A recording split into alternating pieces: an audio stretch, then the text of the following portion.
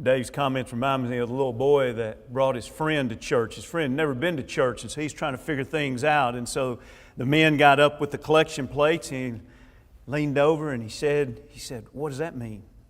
The little boy said, "They're about to take up collection." He said, "All right."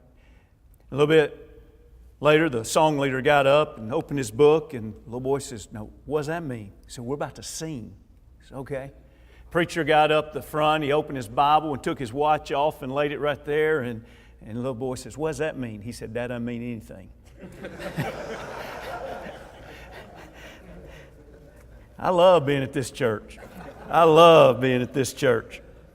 Hey, I appreciate your endurance. I know I'm getting tired of hearing me, and I admire you for hanging in there, and I hope that our time together can be beneficial. We study a topic for the next few minutes that is one that has surprised me and amazed me, the interest that it stirs. It's good because we need to be concerned about the way God designs us as men. It's sad that the topic seems to stir an interest where individuals see a void in our culture today.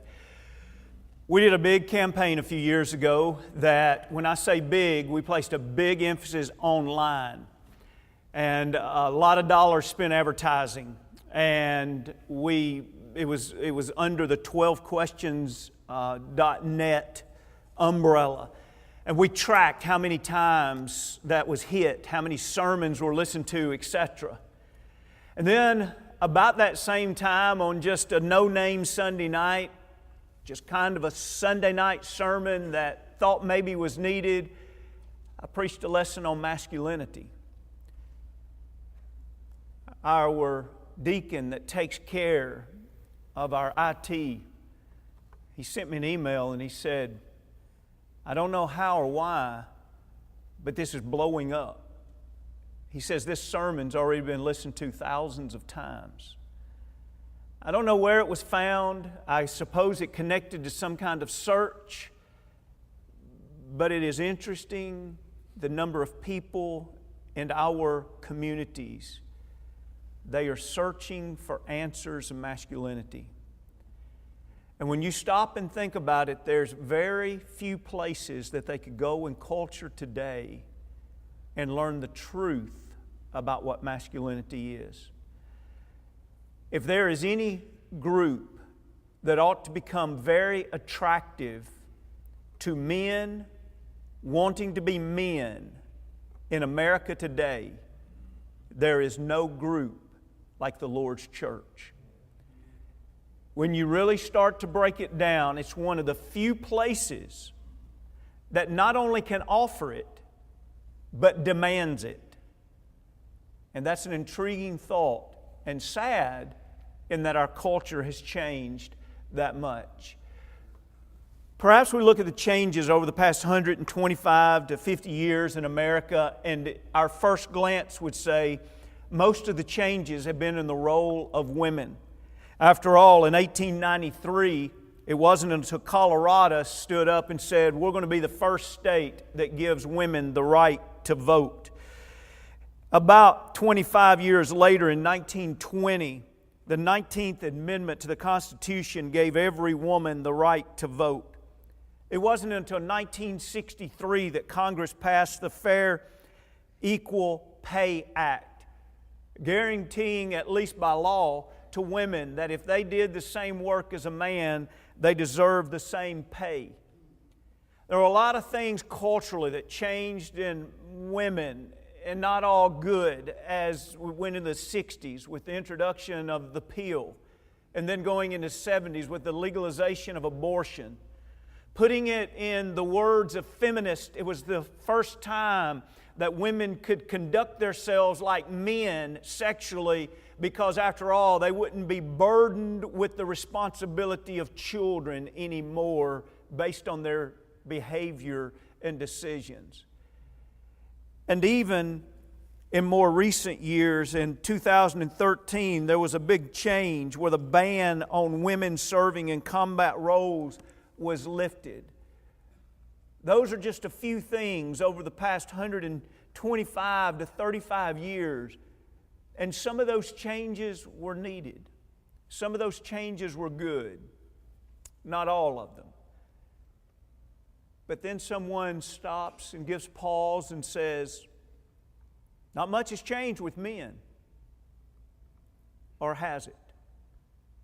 Today, if you turn on a 30-minute sitcom, which I don't advise you to do, but if you did, and it had a man on there, and especially a man that was a father figure, what's he going to be represented as? Usually, he's the biggest loser on the show. Usually, he's always holding a beer, and he's never showing up for work. And he's usually the butt and the laughing stock of everybody else that's a lot more intelligent on that show than him. Now go back just a few decades and think of another 30-minute show. Think of Andy Griffith. What was the man like on that show? He had an honorable job, and he did it with great loyalty and was respected by everybody in the community. He'd go home to his Aunt Bee and to his son, and he loved them and wasn't ashamed of the fact that he loved them. He would have laid down his life for them. He cared for them deeply. And his friends, they all knew they could count on him. They all considered him a close friend, a good friend. Morally, he was stable. He was solid. And other than the fact that there seems to always be a white lie going on the Andrew Griffith Show, which don't agree with that, but the fact is, masculinity was the common way in that day and time that even Americans, in their entertainment, portrayed men. That's not the common way that men are portrayed today in America. It is a significant change that is not good for America. It's not good for families. It's not good for religious groups. It's not good for a man that's striving to be faithful to God. God expects men to be strong. God expects men to be loyal. God expects men to be courageous. Vern Cleary did a study of his university where he teaches, and he wanted to examine the idea of masculinity, and he gave a survey to the men in his school, and I'm talking about the young men that were enrolled there. And the question, I know that may be kind of a smaller print for you to try to read, but the question is, number 6 is, how important is it for you to look manly? You know, we'd like to say that 100% of young men that are in college would say it's important, but that's not the kind of young men our culture is raising. But I do want to reveal to you through his research was that 15% said it was very important, and 56.5% said it was somewhat important. So if you link those together, almost 3 out of every 4 young men in America today still believe that it's either very important or at least somewhat important to look or to present themselves manly. Now you might say, well, why isn't it more that think it's very important? Because we're living in a culture that is dumbing down the differences between male and female. We're living in a culture that is presenting everyone as exactly the same. And we're seeing that in the way people talk about marriages. You can't talk now about the man being the head of the home out in secular circles and be respected. Because after all, we're equal partners in this. We're all the same. And if we are all the same, you can't boast of masculinity because that would mean you're implying that you are to be different from being feminine. And so there's great challenges in this for our culture today. When asked where they find their role models, it's interesting that they still look and they can answer more than one, so that's why the percentages here total up far beyond 100%. But 87% said they found it from their fathers, 44% their uncles, 54% their grandfathers, 26% their brothers. Going to the next screen, we even see like a teacher or a counselor in the upper 30%, and even down at the bottom, a friend of a family, 25%. The reason I offer you this slide here is to say to you that when you have young men in your life, whether it's a nephew, it's a grandson, you're teaching a Bible class, you are a mentor to young men, you are a coach, you are a Bible class teacher, you are an elder, you are a deacon, do you realize how hungry and how needed it is for young men today to find mentorship that will provide masculine training? It's desperately needed in our culture today. And as things continue, it's going to be more and more needed that it is very, very intentional. What did I just do? Can you turn me back on? Thank you. David Murrow wrote a book several years ago that was on the New York Times bestseller. And the title of the book was something to the effect of Why Men Hate Church. And it really got the attention of America because it struck at the heart of something that not many people had addressed and not many people were willing to address openly. And it was the idea that in a culture in religion that has become very feminine, why would men be drawn to it? And he said, I was sitting in church one day, and I was wondering why I was bored to tears. And he's not a preacher or any kind of leader in the church that he's a part of, and I'm not even for certain what religion he's a part of. But he said, I was sitting there, and then I put on my marketing hat from his profession.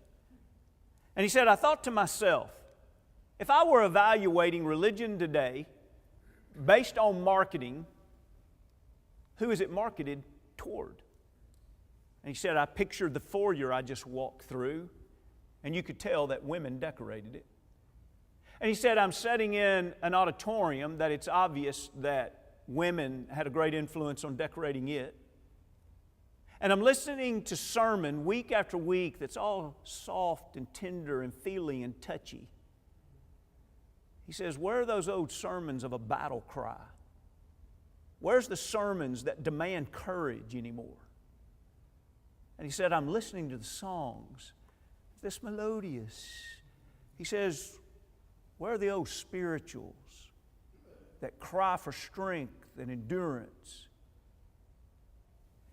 Then he said, I looked at my bulletins to see the announcements. And I saw the call to take some food to somebody and to do some sewing and to make some teddy bears. And he said, I saw all these ministries. He said, it became very clear to me that from a professional marketing standpoint, our churches target women 45 years old and up. I'm not asking you to say he's right. I'm just trying to get our minds churning. Is that what the Lord designed? A church that is very, very attractive to middle-aged women and older and elderly women, but not to men and not to young men. Is that what God has designed? Now, out of this, he decided to begin a website. And the website is Church for Men. And what's interesting is that, now are you listening? His mission of his website is not to call men back to the church. The mission of his website is to call churches back to men. I'm not saying all this to advocate his website. I'm just trying to get our minds churning. Who are we? Have we become feminized and don't even know it? I ask you to give that some thought. In that, he shows this exact picture on his website. And he says, this is a picture of a typical church in America today.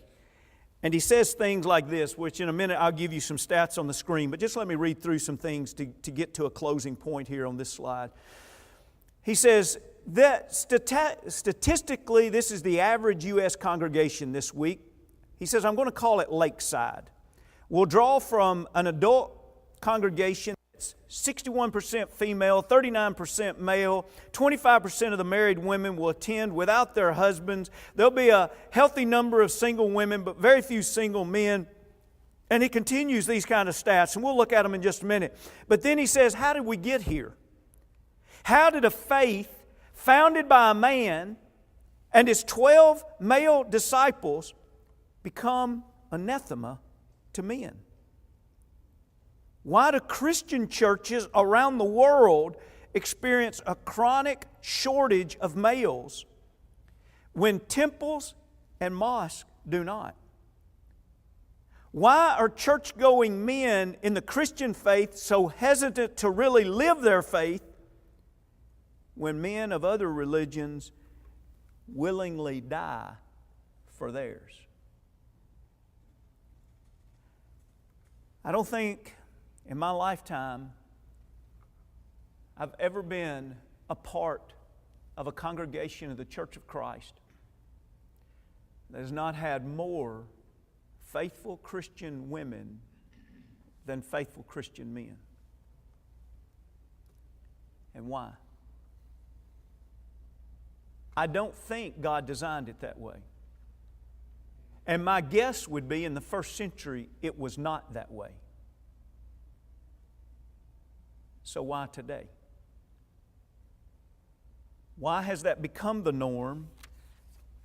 And why have we accepted this as the norm? The typical U.S. congregation draws an adult crowd that's 61% female and 39% male. I encourage you to go home and get out your databases, get out your directories, go home and see what your numbers are.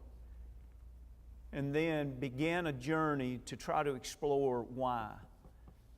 Why is it that we attract women but do not attract men? Is there something that's happening that we've become feminized? On any given Sunday, there are 13 million more adult women than men in America's churches. This Sunday, almost 25% of married church-going women will worship without their husbands. Midweek activities often draw 70 to 80% female participants. Over 70% of the boys who are being raised in church will abandon it during their teens and 20s, and many of these boys will never return. Churches overseas report gender gaps of up to 9 women for every adult man in attendance. When we do work in El Salvador, it is so hard to convert the men. It's not just an American thing. It's not just a North American thing.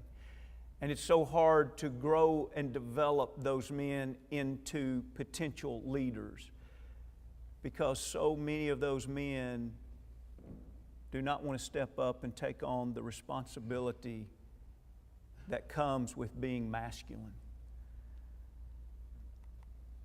Christian universities are becoming convents. The typical Christian college in the U.S. enrolls almost 2 women for every 1 man. Now, in the churches of Christ and colleges associated with that, it's not skewed that much, but it is about a 55 gap in our universities. Fewer than 10% of U.S. churches are able to establish or maintain a vibrant men's ministry. Probably most of the congregations we come from would have a strong women's ministry. That's very common to find in the Lord's church. But when you talk to congregations about their men's ministry, what you often hear is, yeah, we tried that for a little while, but it just didn't go. It just didn't fly. Yeah, nothing ever really became of that. Pause and ask yourself why. Why is it that the women can operate a vibrant ministry, but the men have not been able to do that? Have our churches become feminine? Why do men matter? There are various studies. I could quote from 2 different universities that's done studies, but yet they're so blatantly elementary. You hate to even quote them, but the studies go like this. Anywhere there is a balance of men and women in congregations, those congregations thrive. Those congregations retain their youth. Those congregations have higher contribution. Those congregations have greater growth over periods of time. And it's not because someone has looked up on something and said, wow, we figured it out. Religion needs both men and women. It is because that's the way God designed it. God designed His church to be full of men and women that love Him. His religion was not to cater to women. And so here are some examples like congregational growth, congregational health, unity of the church, increased giving, retention of young men and women. All of these are increased. All of them are healthy when there is an equalization of men as well as women. And so when we look at masculinity, when something makes a noise in the middle of the night, how many husbands are going to nudge their wife and say, go check that out? When you have a flat on a dark, secluded night as it's drizzling rain outside, how many men are going to say, I'll sit here with the car. You go walk and see if you can find somebody to help us. And when you pause and say, why does that not happen? It goes back to the way God created us. The idea of masculinity. God always designed for it to be the men to take the courage, to be the men to be strong, for the men to lead the way. And as one writer said, there's never been a time in America's history that a man can decide to not be a man and it doesn't seem to cost society anything. Now, it's not true. It does cost society. But he said, never has there been a time where a 30-year-old man can live in the basement of his parents' home and play video games all day and be looked upon as all right. Are we ready as men to be masculine and say, that's not all right? Are we ready as men to be masculine and say, let's grow up? There is a reason why first-time marriages are becoming older every year. And one of the reasons is because people do not want to be responsible. If a 25-year-old wants to wait to get married, if the reasons are righteous, God bless them as they wait. But if the reason is this, I'm 25 years old and I do not want to grow up, I do not want to take responsibility, I want to play for the rest of my life, that's not a good reason. And that's where we're suffering today in America. It's fine to be irresponsible. Do you know, in the circle of psychology, we don't even know exactly what to do with the term of adolescence anymore. Adolescence used to be whenever you were able to be responsible for yourself. You left the teenage years, you went into college, you graduated from college, or before you decided not to go to college, you went to the military, you went to work, and you became independent. You moved out of mom and dad's house. You provided by your own hands your own work, and you provided your own food. You were mature enough, responsible enough to be in a relationship. Responsible enough to be able to have a healthy relationship. Get married, have children. And oftentimes that was done by the early to mid-20s. And now those things in America are not being done until 31, 32, 33. And so now, what are we supposed to call an adolescent that's 28 years old? Because that is the common 28-year-old today. And so psychologists are embarrassed to continue to call them what they are. And so we're trying to come up with new terms. And you better believe over the next 5 years, you're going to hear a lot of new terms that describe the 22-year-olds up to the 34-year-olds that in essence what they've said is, I just want to play. I don't want any responsibility. I don't want to be a man. It wasn't that many decades ago you could walk up to a 15-year-old and say, son, what do you want? What are you looking forward to in life? And he'd tell you where he looked forward to working one of these days. He'd tell you about how I look forward to being married and I look forward to having a family. You find a 15-year-old today that'll tell you where they're looking forward to work. And you know why you don't find them? Because we're not raising men. We're raising sissies. We're raising irresponsible children that remain children until their 30s. Until finally, not their parents, but life or something helps them wake up and grow up. And in essence, they've lost 15 years of their life. And all that I've just said, if it sounds like I'm blaming the young people, I promise you I'm not blaming the young people. If it sounds like I'm putting all the blame on the parents, I'm not putting all the blame on the parents. I'm telling you in a setting like this, we don't have time to diagnose where it all lies. I'm just trying to pull back a curtain a little bit and say, we've got to deal with this. In our families and in our congregations, we must deal with this. Masculinity is beautiful. Masculinity is the way God designed it. Calling young men to grow up and be men is what God would call them to do. We're not coming up with something new and we're not giving them a charge that's unique. We're taking them back to something that goes all the way back to the Garden of Eden. And it comes from God Himself. A few years ago, I had the opportunity to go down, and not as a speaker, that would never happen, to go down and be in the audience of what is called a scholarly lectureship. Now you got to brace yourself for those. What that is where a lot of doctorates are invited in, and it's either them reading their papers or them doing doctrinal level studies, and whatever their studies, they're reading their papers. And so if you go into one of the lectureships, it's 45 minutes of a doctor reading his studies. And if you're on a good topic that you have interest in, it's really good. And if you don't have interest in it, it's a long 45 minutes. And so there were some of those lectureships that I went in, I was like, wow, that's good stuff. And there's others, I didn't walk out of there saying that because it just didn't interest me, and they can go very, very deep talking about wheels of a chariot. And so there was only one exception, that entire lectureship, and where there wasn't a doctor speaking. And they had one of the grad students to speak. His name was Caleb Cochran.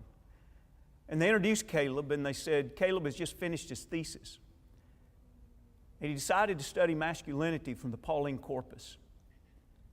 And said, we were so impressed with his paper that we asked him if he could condense his 270-page paper into a 45-minute presentation.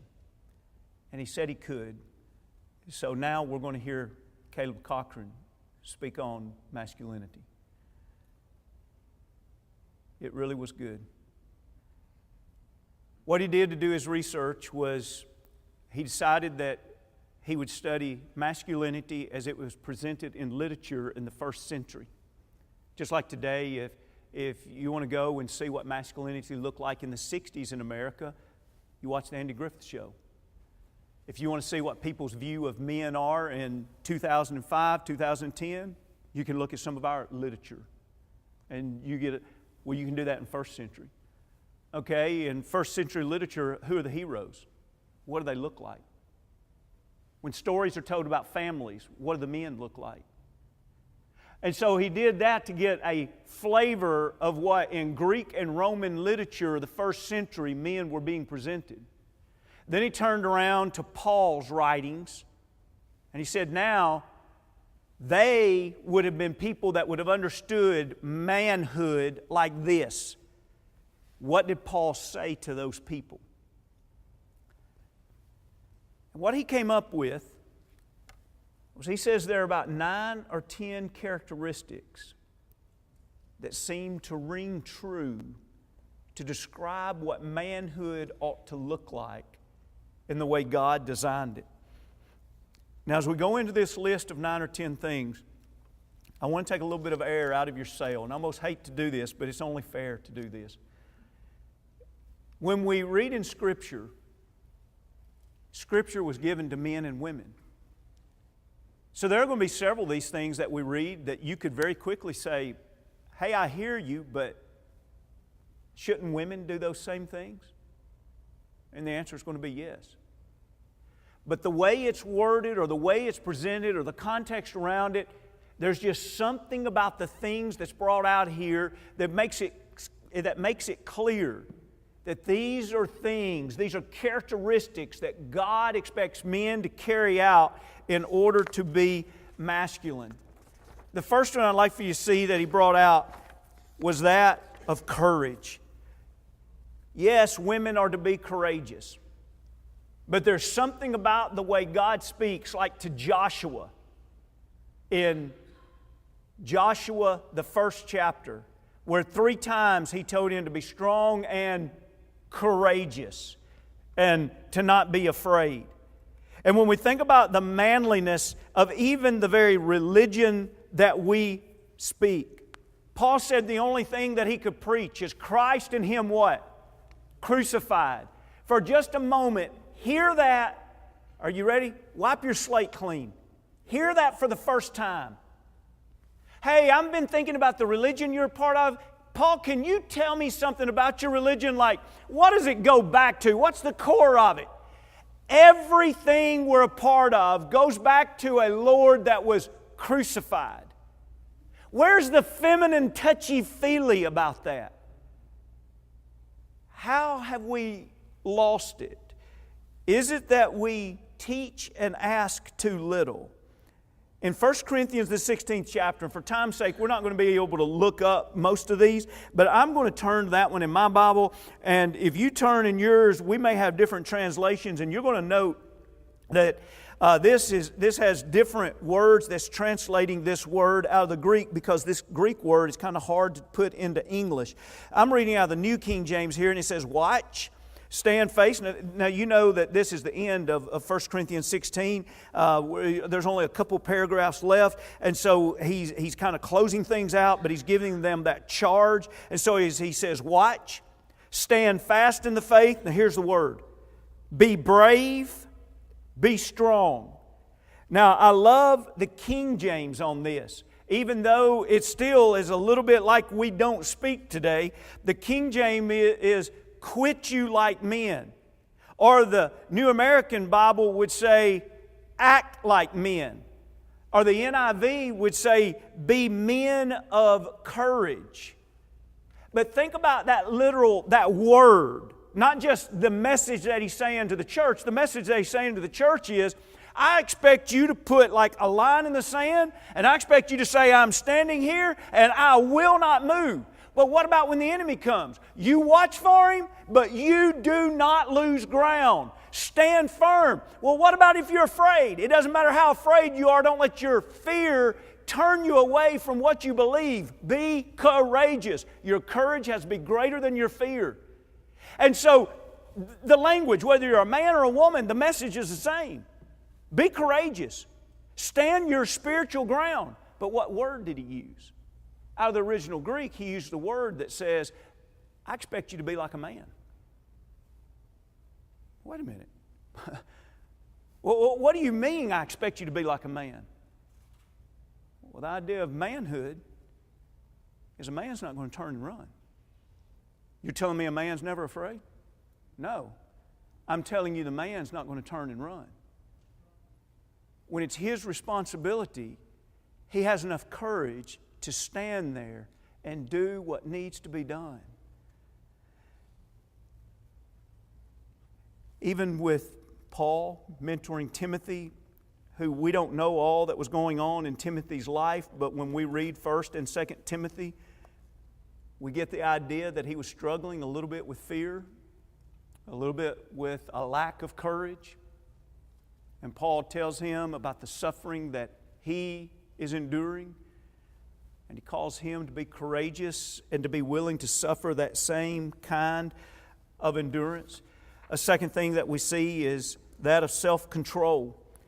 Now we know that that's for everybody. The fruit of the Spirit in Galatians 5 involves self-control. But I would like for you to think with me of the idea of a teenage boy throwing a temper tantrum. And his older brother, I'd almost say wisely, says to him, "Get over it, crybaby." Why would his brother call him a crybaby just because he was losing his temper? Because there's nothing masculine about losing control. Masculinity is the idea of maintaining control of self. I want you to just envision a Western that maybe you really like. Or maybe there's an old war movie that you really like. And if I were to say to you, describe to me the hero in that movie, and then I'd say, why do you like them? You would start describing a man that everything around could seem to be falling apart, and he could just maintain his composure. And everybody around could be losing it, and he could just stay so calm and make the decisions that need to be made. And people would say, now, that's a man's man. Why? Because he's exemplifying a part of the epitome of masculinity. Masculinity is the ability to practice self-control. And of course, as Christians, we are to gain that through the fruit of the Spirit, not through our own being, but it's men being called to be strong men. And men that are being controlled by the Spirit of God should be the strongest of men. And so when you see a husband losing his control and cursing at his wife and yelling at his children and throwing something, he's proven that he's not masculine. Now, he may have people afraid of him, but he's proven he is not masculine. The third thing that we see is that of endurance. Endurance has always been a part of masculinity. When Paul wrote in 2 Corinthians 4, I know when I maybe go to a workshop, I like for a preacher, if I'm a preacher, to throw out a little bit of tidbits. So I'll throw one out for you preachers. If you've never preached the bookends of 2 Corinthians 4, 1 and verse 16 are bookends where both times Paul says, I do not lose heart. How can you go through all the things Paul went through and not lose heart? Well, you preach what is between verse 1 and verse 16, and that's how we do not lose heart. That's a great study on endurance. How is it that you don't quit? How is it that you can get to the end and know that the persecution is still coming, even to the point of death? 2 Timothy 4, verse 6 through 8. And instead of crying and saying it's terrible and they're going to take my life and I don't know what I'm going to do, can somebody come rescue me? Can somebody get me out of here? They're going to kill me. And instead, he can calmly say, the time of my departure is at hand. I'm ready. I've fought. I've ran. I've kept. I'm ready. How do you get to that place of endurance? We're under self-control, but really God's control. You can persevere. It's a great mark of masculinity. Again, whenever you see someone just quit. How many times have you seen a quitter and someone look over to him and genuinely say, I tell you what, you're a real man? No. Nobody's going to say that, because that's not what masculinity is about. Masculinity is not about quitting. Masculinity is about enduring. A man that quits on his kids is not masculine. A man that quits on his wife is not masculine. A brother that quits and no longer serves the Lord is not masculine. A leader that quits on his responsibility in the Lord's kingdom is not masculine. And we continue with a really obvious one, and that is the characteristic of strength. It's almost universal. Anywhere you go, any culture, any civilization, you just expect men to be stronger. It's almost a measuring stick in some degrees of masculinity. Who is the strongest man?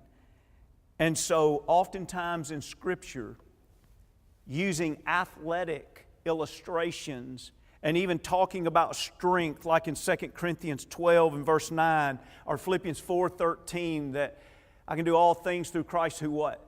Strengthens me. It's this idea that we must be strong and we need to be strong. We've already mentioned Joshua being told by God to be strong and courageous 3 different times. In other words, not to be a sissy, not to be weak, but to be strong. Also, when we look at masculinity, we see, and again, this is unique to the Lord's church and His teachings, but we see that of authority. According to God's plan, it's going to be individuals who are masculine that are going to be elders, those that will oversee the congregations of His church. According to God's plan, it's going to be masculine individuals that's going to be deacons. When we read in 1 Timothy 2, according to God's plan, if the whole church is gathered together, it's going to be men that are offering the prayers and leading the classes. And even when we go back to our homes, according to God's plan, it's going to be men that lead in the homes.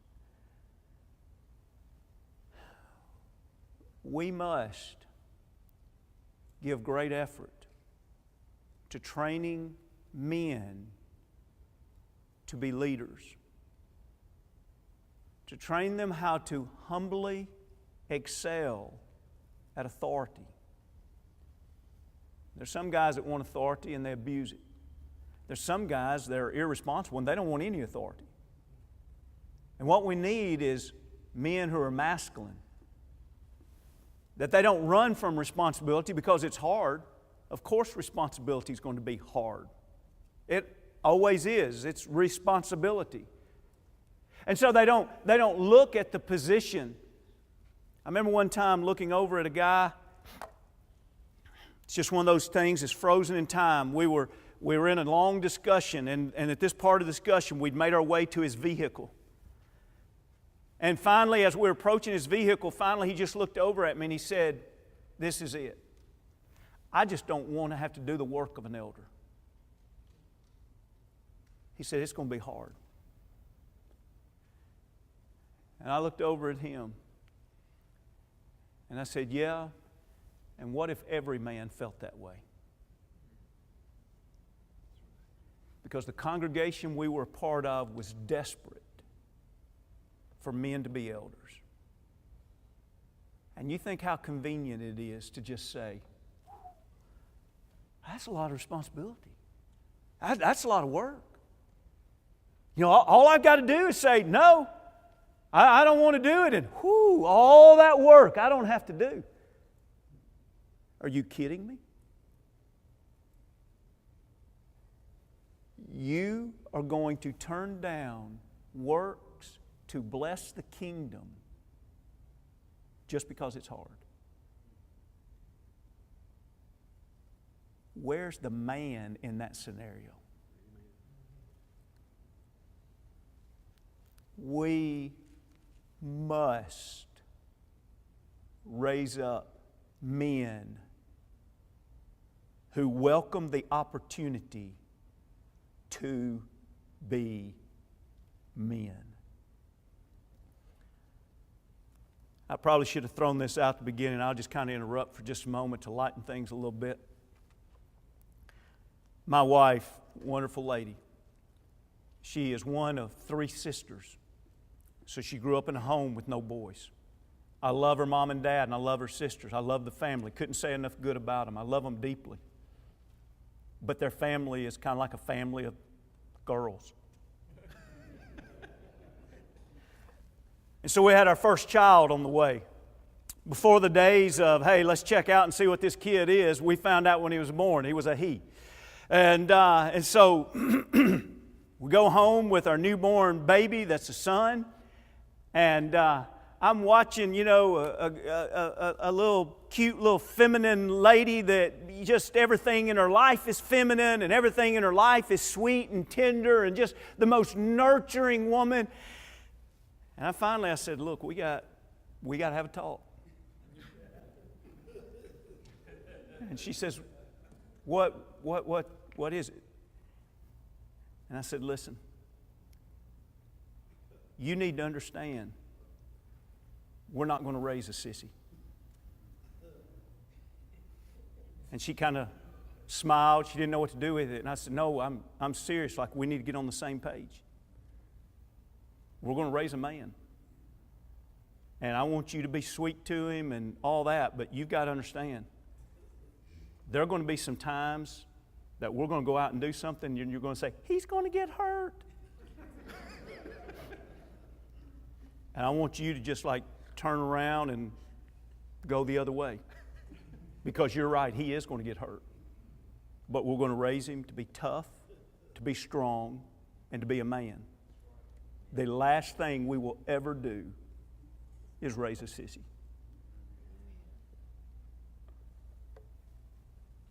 Now, we're not going to raise a bully. We're not going to raise a hateful, disrespectful man.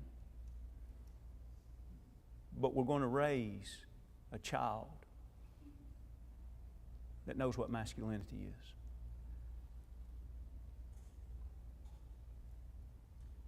Men, we have got to figure out what God created us to be. We've got to get past this thing that it may hurt, or it may be extra work, or it may be difficult, and we need to get back to what God has called us to be.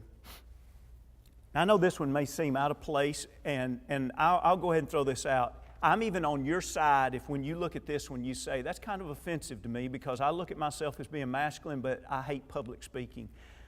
And I get you if that's what you're saying. And so I want to try to clarify this.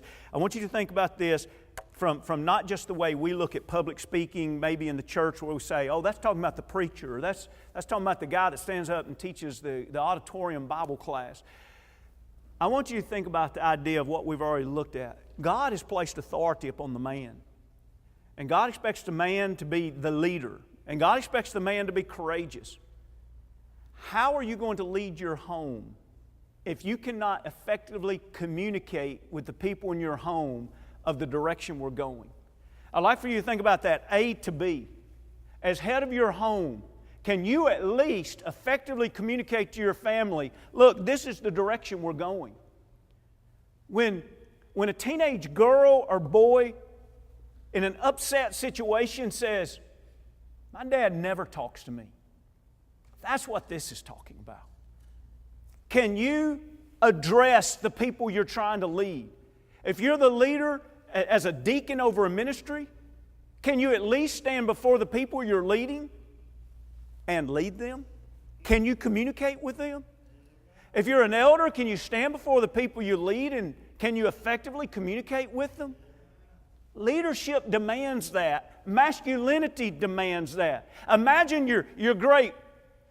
Not that this is a standard. I'm just giving you an illustration. Imagine that movie that you say, I love that military movie. And imagine whether it's your general or your sergeant or whoever it is that's the hero of that movie. Imagine it comes that moment where he's going to challenge the troops and we're going to march in, and it comes time and he says, I just never was good at speeches. I can't do this. Nobody would look at that and say, now that's a man. Masculinity says, I believe in the cause, and I believe in the people I'm leading, and I can verbalize that. I can put into words what needs to be said. If you still have kids at home, don't ever stop tucking them in bed at night. And when you do that, just sit down and talk a while. More importantly, let them talk a while. Listen and talk. Listen and talk. We must realize how important it is as men to be communicators. But then also, the male body itself is masculine. It's strong. Oftentimes it's athletic. They're very much male traits. I know this isn't politically correct to say today, but it wasn't that many years ago that if a woman was very agile and athletic, someone would say she is what? And meaning she's a lot like a man. And then that wasn't necessarily a criticism. If she was a basketball player and she could move well, it was saying she's athletic like a man. But now in our correct political correctness, we can't say that. But that's literally what's meant by that. It's the idea that says masculinity is the strength, masculinity is the athleticism. And so when we look at this, we see even the examples in Scripture that pertain to using this idea of being strong, of being disciplined. Also, we see the male sexuality. We see in 1 Corinthians, the 7th chapter, in verse 1 through 5, that if we take a wife, that we are to give her our body and vice versa. But also, I'd like for you to notice this is very different from what our world would say. Our world would oftentimes visualize the idea that a real man has a woman in every town. A real man has a different woman every weekend. Now, I probably don't have to tell you this to know it, but I do want to tell you this to emphasize it. Real masculinity is whenever a man has the ability to practice self-control and to build a strong and enduring relationship with one woman. And that is sexual masculinity. And all of the other things that Satan would throw at us are perversions. They're lies. They're deceit. They're far from truth. And so to be able to restrain oneself and to keep oneself pure and the ability to be faithful to one woman, those are masculine behaviors that we need to esteem. And it ties right into the next one, and that is of being a family role model. When we look at Ephesians 5 and we see this great instruction on husbands and wives, who is to be the leader in this? Who's to be the role model in this? It's supposed to be the husband. And we go into Ephesians 6 and we see who's to be the leader of the children. It's to be the father. We go to 1 Peter 3 and 7. Who's to be the knowledgeable leader? The reason I say knowledgeable, remember that's the passage that says, dwell with them according to knowledge. Who's going to know their wife? Going back to, are we sitting down or are we listening? Who's going to know their children? Right now, how nervous would I get? How nervous would you get if we passed out a test and your test was about your own family?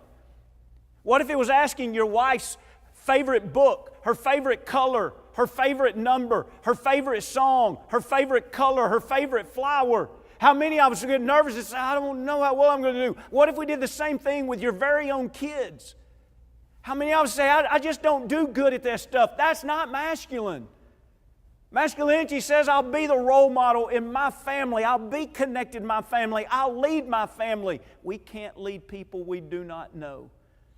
If you've never done a study on the simple word among, it is a very powerful word in leadership. Did Jesus sit in some ivory palace?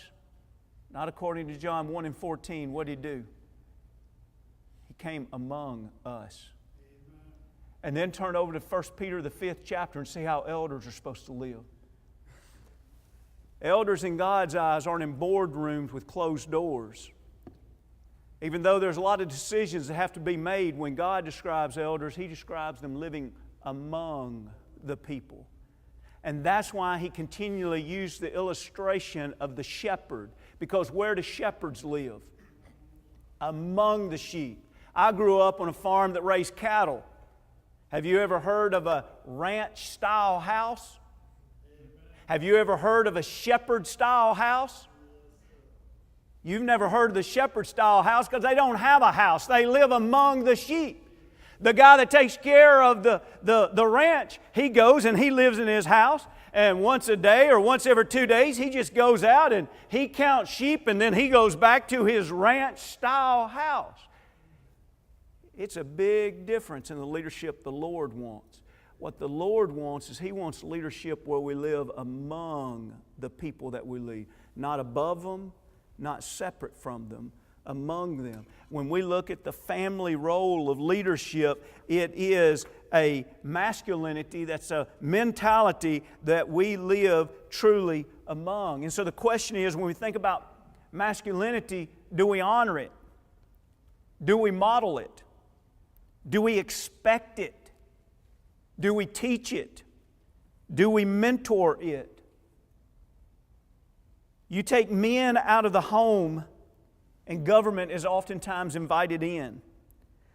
You take men out of the church, and oftentimes women step up into leadership position.